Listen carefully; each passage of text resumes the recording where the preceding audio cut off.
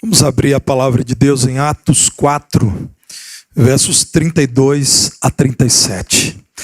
Meus irmãos, nessa manhã nós celebramos a grande certeza que passou a acompanhar todos os discípulos de Jesus depois daquela Páscoa marcante narrada por todos os evangelhos. A certeza de que Jesus ressurgiu dentre os mortos com poder e grande glória. Essa é uma doutrina preciosa e, como tudo que está na palavra de Deus, serve não apenas para aumentar o nosso conhecimento, mas acima de tudo para aumentar a nossa fé.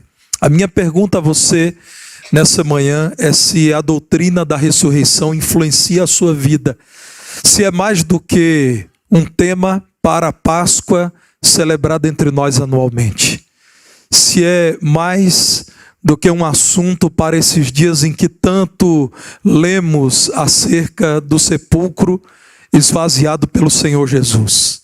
Abra sua Bíblia, como eu disse, em Atos 4, a partir do verso 32, e pela palavra de Deus eu quero perguntar a você, como já perguntei a mim também, enquanto estudava a palavra do Senhor, qual o grau de influência dessa doutrina sobre a sua vida. Vamos nos levantar para a leitura da palavra do Senhor. Logo depois os irmãos terão um bom tempo para permanecerem assentados.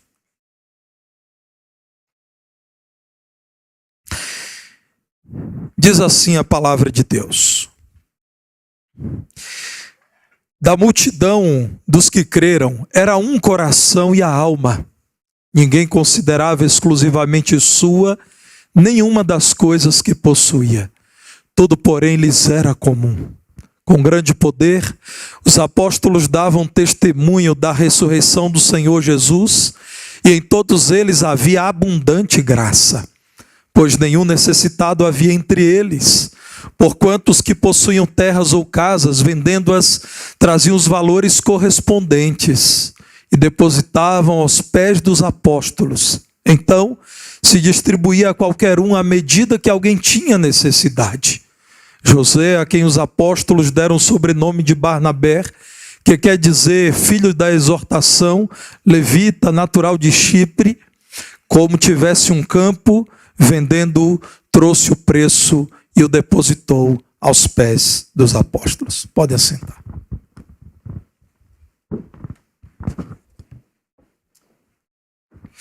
A doutrina da ressurreição é verdadeiramente maravilhosa. Ela nos indica que Jesus venceu a cruz, portanto, Jesus, o nosso Senhor e Salvador, venceu a morte. Isso nos lembra que Jesus Cristo é Deus. E se Ele é Deus, é o Deus verdadeiro, nele nós podemos confiar.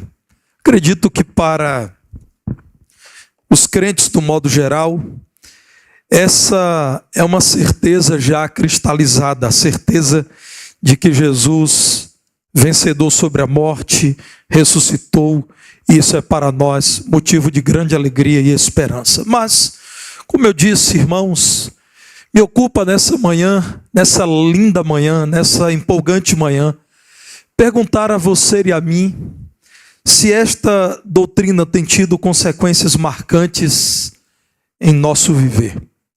Para os apóstolos, que estiveram muito abatidos com a crucificação de Jesus, a certeza da ressurreição foi decisiva para que eles continuassem servindo ao Senhor e a bela história da igreja, narrada no livro de Atos, fosse escrita. Olhem para João, no capítulo 20, e vejam a partir do verso 7 o que a palavra do Senhor nos diz. João 20, verso 7. A partir do verso 6. João 20, verso 6. Então Simão Pedro, seguindo, chegou e entrou no sepulcro. Ele também viu os lençóis, e o lenço que estivera sobre a cabeça de Jesus, e que não estava com os lençóis, mas deixado num lugar à parte. Então entrou também o outro discípulo, que chegara primeiro ao sepulcro e viu e creu, pois ainda não tinham compreendido a Escritura, que era necessário ressuscitar ele dentre os mortos. E voltaram os discípulos outra vez para casa. Em algum momento, tiveram dificuldade de compreender tudo o que Jesus havia dito.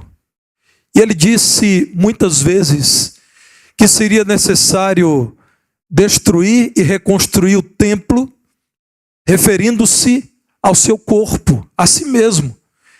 E Jesus disse que seria necessário morrer e ressuscitar. Mas os discípulos, incluindo Pedro e João, tiveram grande dificuldade de visualizar isso. Eles que viram Lázaro ressuscitar, agora de algum modo estavam pensando: quem fará com que Jesus levante do sepulcro, se é o caso de vermos Jesus ressurreto? Quem mandou Lázaro ressuscitar foi aquele que decidiu ressuscitar. Essa certeza modificou de modo tão especial a vida dos apóstolos, que esta doutrina passou a ocupar lugar central no testemunho, na pregação dos apóstolos. Olhem para o livro de Atos, irmãos, já a partir do capítulo 1, no verso 3, quando o Senhor, por meio do seu servo Lucas, diz assim: a estes também, depois de ter padecido, se apresentou vivo, com muitas provas incontestáveis, aparecendo-lhes durante 40 dias e falando das coisas concernentes ao reino de Deus. Agora vejam Atos 1, verso 21. É necessário, pois, que dos homens que nos acompanharam todo o tempo que o Senhor Jesus andou entre nós, começando no batismo de João, até o dia em que dentre nós foi elevado às alturas, um destes se torne testemunha conosco da sua ressurreição. Narrando tudo aquilo que aconteceu a Jesus, a palavra de Deus mostra com clareza que a doutrina da ressurreição passou a ocupar um lugar especial no testemunho dos apóstolos.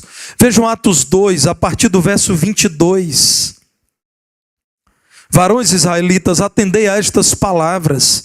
Jesus o Nazareno, varão aprovado por Deus diante de vós com milagres, prodígios e sinais, os quais o próprio Deus realizou por intermédio dele entre vós, como vós mesmos sabeis, sendo este entregue pelo determinado desígnio e presciência de Deus, vós matastes, crucificando-o por mãos de iníquos, ao qual, porém, Deus ressuscitou, rompendo os grilhões da morte, porquanto não era possível fosse ele retido por ela. Olhem para Atos 2,32, quando a palavra do Senhor diz: a este Jesus Deus ressuscitou, do que todos nós somos testemunhas. Atos capítulo 3, versos 14 e 15. Vós, porém, negastes o santo e o justo, e pedistes que vos concedessem um homicida, Dessarte, matastes o autor da vida, a quem Deus ressuscitou dentre os mortos, do que nós somos testemunhas. Atos 4, versos 1 a 4. Falavam eles ainda ao povo quando sobrevieram os sacerdotes, o capitão do templo e os saduceus, ressentidos por ensinarem eles o povo e anunciarem em Jesus a ressurreição dentre os mortos. E os prenderam, recolhendo-os ao cárcere até o dia seguinte, pois já era tarde.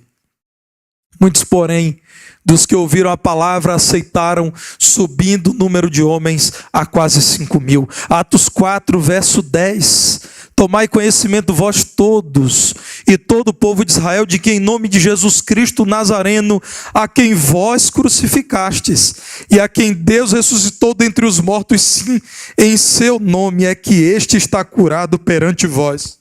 Verso 20, pois nós não podemos deixar de falar das coisas que vimos e ouvimos.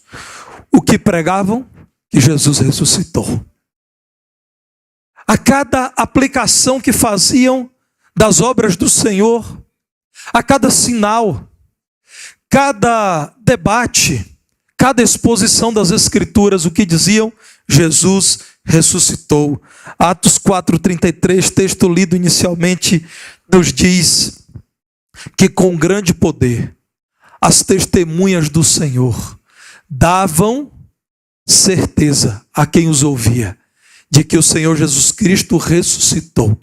E esta certeza, testemunhada vivamente, fazia com que em todos eles houvesse abundante graça. Os primeiros cristãos, irmãos, estavam decididos a dizer: Jesus ressuscitou. A igreja dos sonhos de todas as gerações de cristãos foi esta igreja, a que creu no Cristo ressurreto e viveu como um povo que sabia que Jesus estava vivo. Isso foi decisivo para que eles se mantivessem firmes no Senhor em meio a tão grande oposição que sofreram. Foi decisivo a crença na ressurreição de Jesus para que eles continuassem avançando por todo o mundo pregando o reino de Deus. Foi decisivo para a igreja vencer a tribulação do seu tempo, saber que Jesus Cristo, que morreu, ressuscitou, vivo estava ao lado do seu povo. Nós, os crentes, precisamos olhar para aqueles que outrora abatidos, cansados, cabisbaixos, agora estavam cheios de vigor e determinação. O que lhes acontecera? Eles viram Jesus vivo. Eles creram na ressurreição de Jesus de todo o coração. E isso influenciou a vida de cada cristão em particular e a história da igreja. Warren Wiersbe, ao falar desse texto, diz assim, irmãos: a mudança extraordinária que ocorreu com os primeiros cristãos é outra prova da ressurreição de Jesus. Num dia, estavam desanimados, escondendo-se como derrotados. No dia seguinte, proclamavam a ressurreição de Jesus e andavam alegremente pela cidade, dispostos até a morrer pela verdade da ressurreição. Uma história inventada jamais teria transformado a vida deles, nem os capacitado a se sacrificar como mártires. A crença na ressurreição de Jesus influenciou grandemente a vida dos nossos primeiros irmãos. A minha pergunta, mais uma vez, é: influencia a vida dos cristãos odiernos? As testemunhas da ressurreição eram pessoas tementes a Deus. O texto que lemos nos narra uma multidão crente em Jesus, que vivia unida e que estava disposta a trocar a sua agenda particular ou familiar pela agenda do reino de Deus. Aquela multidão, a multidão de Atos 4,32, cria verdadeiramente em Jesus e nas palavras do Senhor Jesus. Foram capazes até de sacrificar os bens, constituídos certamente com muito esforço ao longo da vida, porque creram que valia a pena entregar tudo nas mãos do Senhor que estava vivo. Você crê, meu irmão, que Jesus está vivo de todo o coração? Você crê nessa doutrina de tal modo que você está certo de que Jesus agora, que está vivo, te ouve e te vê? Ele está atento às suas lutas, às suas necessidades, ao seu clamor. E mais que isso, Ele vê quando você até mesmo acredita que está sozinho, que está em aperto, que está em dificuldade. Sua vida tem demonstrado temor a esse Cristo que está vivo e que habita você. Há muitos anos eu estava num semáforo, no carro, e esperava o semáforo ficar verde, e eu olhei para um veículo que estava à minha frente e fiquei tomado pela mensagem de um adesivo. Isso me marcou, não esqueço. No adesivo estava escrito assim: Jesus está vivo, eu falei com Ele hoje. E eu disse amém. Eu falei com Ele em oração, porque Ele está vivo. Creia nisso, meu irmão. Crer que Jesus ressuscitou produzirá em seu coração cada vez maior temor a Deus. Se Ele ressuscitou, Ele está vivo. Eu preciso ter muito cuidado com aquilo que tenho feito da minha vida, com aquilo que tenho falado com os meus lábios, com aquilo que tenho produzido em minha mente. Quem eu sou e o que eu faço são consequências diretas da minha crença na ressurreição de Jesus, na certeza de que Ele está vivo. As testemunhas da ressurreição cuidavam dos seus irmãos em Cristo. Eles queriam cuidar daquilo que era importante para Jesus. E a igreja era importante para Jesus. Jesus morreu para constituir um povo seu. Ele morreu para redimir um povo que lhe pertence. E esse povo é a igreja dele. Quem sabia que Jesus estava vivo, estava interessado agora em cuidar daquilo que era importante para Jesus. Eles queriam ser aprovados por Jesus. Eles queriam a bênção do Senhor Jesus. Por isso, sabendo que Jesus estava vivo e atento a cada um deles, eles queriam agora cuidar daquilo que era importante para Jesus. Olhem para a palavra de Deus no verso 34, quando diz que não havia necessitado entre os crentes. Se fosse necessário, crentes tocados pelo Senhor se desfaziam das suas terras e das suas casas e traziam os valores correspondentes à venda para que os apóstolos socorressem irmãos em dificuldade. Eu creio, irmãos, que aqui está o modelo de contribuição financeira na igreja de Jesus. Não por força, não por violência, não por constrangimento, não por obrigatoriedade, não se parecendo àquilo que já nos machuca tanto na vida secular, que são os impostos, os elevados tributos que os governos nos impõem, mas constrangidos pela vontade do Senhor Jesus Cristo. Ele está vivo e Ele me vê. Ele está atento àquilo que eu estou fazendo da minha vida. Portanto, eu preciso viver de modo coerente com a vontade dEle e cuidar daqueles que são cuidados por Ele. A igreja de Cristo se importava com aqueles que estavam em dificuldade, porque também sabia, Jesus está vivo e Ele está olhando aquilo que nós estamos fazendo. Vejam o verso 35, quando diz que eram depositados esses valores aos pés dos apóstolos. Eles traziam, irmãos, eles ofereciam voluntariamente. E tudo isso era distribuído a quem tinha necessidade. Você tem cuidado do seu irmão e cultivado comunhão com ele, com a certeza de que Jesus está atento a tudo que você tem feito com o seu irmão e com a igreja. As testemunhas da ressurreição também estavam comprometidas com a evangelização. Olhem para o verso 31, verso que antecede essa perícope. Tendo eles orado, tremeu o lugar onde estavam reunidos. Todos ficaram cheios do Espírito Santo e com intrepidez anunciavam a palavra de Deus. Jesus está vivo. Recebemos o Espírito do Cristo vivo. Agora precisamos proclamar Cristo, porque sem o Espírito de Cristo não haveria poder para encarar o mundo contrário ao cristianismo e dizer: Jesus está vivo, creia nele. Jesus está vivo, busque-o. Você poderá vê-lo como nós o temos visto.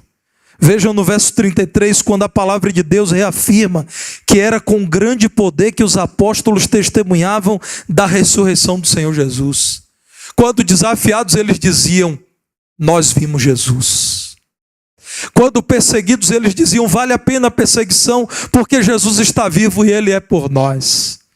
Quando duvidavam, eles diziam: vocês estão enganados em duvidarem da ressurreição de Jesus. Mais de 500 testemunhas podem atestar que Jesus está vivo. Davam testemunho poderoso, anunciando a palavra de Deus, porque sabiam do poder de Jesus. Se Ele venceu a morte, o que mais Ele não poderia vencer? Se Ele venceu o sepulcro, se Ele venceu a frieza do túmulo, o que mais deteria Jesus? Ah, meus irmãos, aqueles homens outrora cabisbaixos, temerosos, cheios de dúvidas, agora estavam energizados pela certeza de que Jesus estava vivo. E eles diziam isso. Olhem para o Novo Testamento. Os irmãos verão como é insistente a pregação da doutrina da ressurreição. O tempo todo estão dizendo: Jesus ressuscitou. Vocês mataram, mas Ele venceu, porque Ele ressuscitou. Vocês trocaram Jesus por um malfeitor e quiseram detê-lo com a morte, mas é impossível que a morte detenha o autor da vida. Essa é a pregação apostólica. Jesus ressuscitou e vivo está. Anunciavam a palavra de Deus na presença de Deus. Eles sabiam que Jesus estava com eles. Por isso eles diziam com tão grande ousadia: creiam em Jesus Cristo, arrependam-se dos seus pecados e sejam salvos. Eles sabiam, Jesus era a única esperança para o homem. Por isso pregavam Jesus e pregavam com grande convicção. Eu prego Cristo com esta convicção de que Ele está vivo, ou eu prego o Evangelho como se estivesse numa disputa cultural? Qual discurso, qual narrativa prevalecerá? Não, irmãos, o Evangelho não deve ser proclamado com tão grande frieza. Como quem diz: eu tenho excelentes argumentos e em qualquer debate serei capaz de demonstrar que o cristianismo é verdadeiro. Eu preciso pregar o Evangelho, irmãos, com a certeza de que Jesus, que está vivo, me usará para pregar sua mensagem. E que Ele trabalhará no coração de quem está ouvindo, e que Ele converterá o incrédulo, e que Ele convencerá o zombador, e que Ele trabalhará para que ao final o mundo inteiro reconheça que Ele é o Senhor, e todo joelho se dobre, e toda língua o confesse como Salvador. Eu preciso pregar o Evangelho com a certeza de que eu não sou um palestrante, mas de que sou uma testemunha daquele que se apresentou a mim. Quando eu, perdido no pecado, clamei por salvação e Ele me socorreu. Eu preciso pregar o Evangelho como quem experimentou o poder do Evangelho de modo prático. Jesus está vivo porque Ele tocou o meu coração e transformou o meu viver. É impossível que esta obra maravilhosa da conversão tenha sido operada por boa vontade, encontrada no interior do ser humano. Em Jesus está a certeza de que nós temos uma mensagem poderosa para pregar. As testemunhas da ressurreição, porque criam que Jesus estava vivo, perseveraram na fé. Quero convidar você a olhar para um texto correlato, que é Atos 2, a partir do verso 42. Aqueles que creram na ressurreição de Jesus, como estavam vivendo? Atos 2, 42. E perseveravam na doutrina dos apóstolos, e na comunhão, e no partir do pão, e nas orações. Em cada alma havia temor, e muitos prodígios e sinais eram feitos por intermédio dos apóstolos. Todos os que creram estavam juntos e tinham tudo em comum. Vendiam as suas propriedades e bens, distribuindo o produto entre todos à medida que alguém tinha necessidade. Diariamente perseveravam unânimes no templo, partiam pão de casa em casa e tomavam as suas refeições com alegria e singeleza de coração, louvando a Deus e contando com a simpatia de todo o povo. Enquanto isso, acrescentava-lhes o Senhor dia a dia os que iam sendo salvos. Se a cruz e as perseguições não foram suficientemente capazes de separar estas pessoas de Jesus, nada mais separaria esses crentes de Jesus. Nada mais. Você, meu irmão, precisa olhar para esses crentes que perseveraram e também reconhecer que, porque Jesus está vivo, você tem tudo o que necessita para cumprir a sua missão como cristão e para perseverar em Cristo em meio às lutas, em meio às adversidades, em meio às dificuldades do nosso tempo. Eu sei que, como diz o poeta, cada um no seu canto sofre o seu tanto, e às vezes nos parece que a nossa geração é a geração que mais tem sofrido. Às vezes nos parece que o nosso tempo é o mais difícil. E até às vezes acreditamos que é a pior igreja da história, a igreja do nosso tempo. Mas, irmãos, é importante lembrar que nós não somos a única geração que enfrenta essas adversidades. Todas as gerações de cristãos têm enfrentado as batalhas próprias de um povo que não é desse mundo. De um povo que desafia o reino das trevas e o reino das trevas contra-ataca. De um povo que se opõe a Satanás e Satanás, irmãos, se constitui nosso inimigo. de um povo que condena este mundo e esse mundo também se torna o nosso inimigo. Você precisa, em meio às suas reflexões sobre as dificuldades do nosso tempo, sobre as investidas do maligno contra a igreja, sobre a rejeição do nosso tempo ao evangelho, e até mesmo dentro da igreja, a rejeição ao evangelho dentro daquela igreja que se nomeia cristã, você precisa considerar que você não está sozinho. A igreja não está abandonada. A nossa causa não é perdida, muito pelo contrário. Ao final, junto ao Cordeiro de Deus que venceu, nós também ouviremos o chamado vitorioso daquele que dirá para todos nós: entra no gozo do teu Senhor. Precisamos, irmãos, continuar perseverando. Você tem perseverado em Cristo com a certeza de que aquele que cumpriu a promessa da ressurreição jamais mudará e nunca mentirá? Nunca mentirá. O Senhor Jesus Cristo nos prometeu que estaria conosco todos os dias até a consumação dos séculos, até o fim, até a consumação da história. E o Senhor está conduzindo a história para o fim que Ele mesmo deseja. Quando eu e você nos desesperamos, quando eu e você acreditamos que as coisas estão fora do prumo, nós estamos atestando a nossa incredulidade. Meu irmão, pela fé, continue acreditando que Deus sabe o que está fazendo. Deus está conduzindo a história.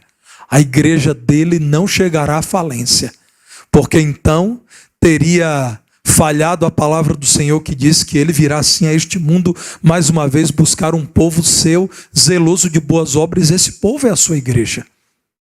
Não é possível que a igreja deixe de existir. Não é possível que ela seja sufocada por este mundo. Não é possível que ela deixe de ser igreja. Nós precisamos olhar para a doutrina da ressurreição. E precisamos ser influenciados por esta grande certeza, a fim de que continuemos perseverando na fé, porque nós não servimos a um Senhor morto, nós servimos àquele que vivo está. Nós servimos àquele que está presente aqui agora, e certamente com os seus anjos que cultuam o Senhor enquanto nós o cultuamos. Ele nos vê e nos aprova, e com poder nos dá ânimo para olharmos para frente e continuarmos proclamando o Evangelho, cumprindo a nossa missão, representando o seu nome aqui nesse mundo. Certo homem, sendo criticado porque agora convertido ao Evangelho, ele era dizimista, e estando com os seus colegas de serviço que diziam: como você pode entregar a 10ª parte da sua renda lá na igreja? Aquele homem cheio de confiança em Jesus e recordando aquilo que o Evangelho operara em sua vida, disse: meus amigos, vocês todos são testemunhas de que antes de converter-me a Cristo Jesus, o meu Salvador, eu dava muito mais do que o dízimo para o diabo, porque junto com vocês eu frequentava prostíbulos, bares e mesas de jogos. Eu dava muito mais do que o dízimo para o diabo. Eu, na verdade, lamento porque entrego apenas o dízimo dos meus bens ao Senhor, que tudo me fez, que tudo fez por mim.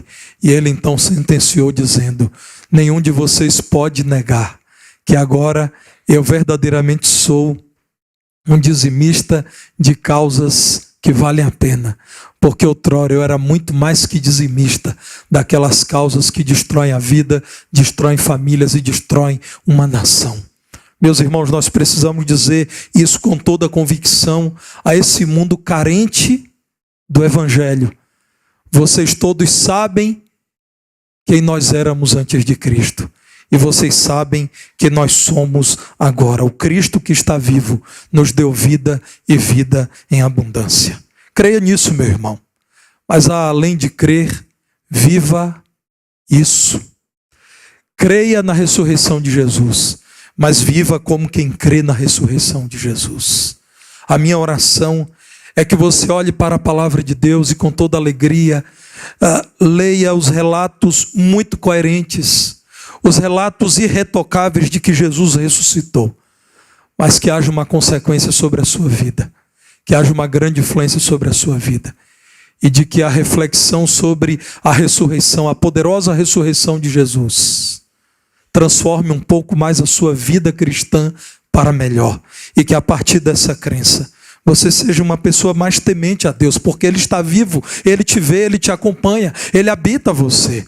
E que esta crença te leve a valorizar mais ainda aquilo que Ele valoriza. E Ele está atento àquilo que você está fazendo, aquilo que você está priorizando, porque Ele está vivo.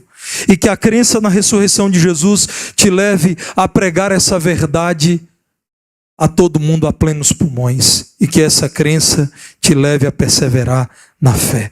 Deus nos ajude a continuar celebrando que Jesus Cristo ressuscitou, mas que também continuemos dizendo, porque Ele ressuscitou, vivo está e vive em nós. Deus, pois, nos abençoe.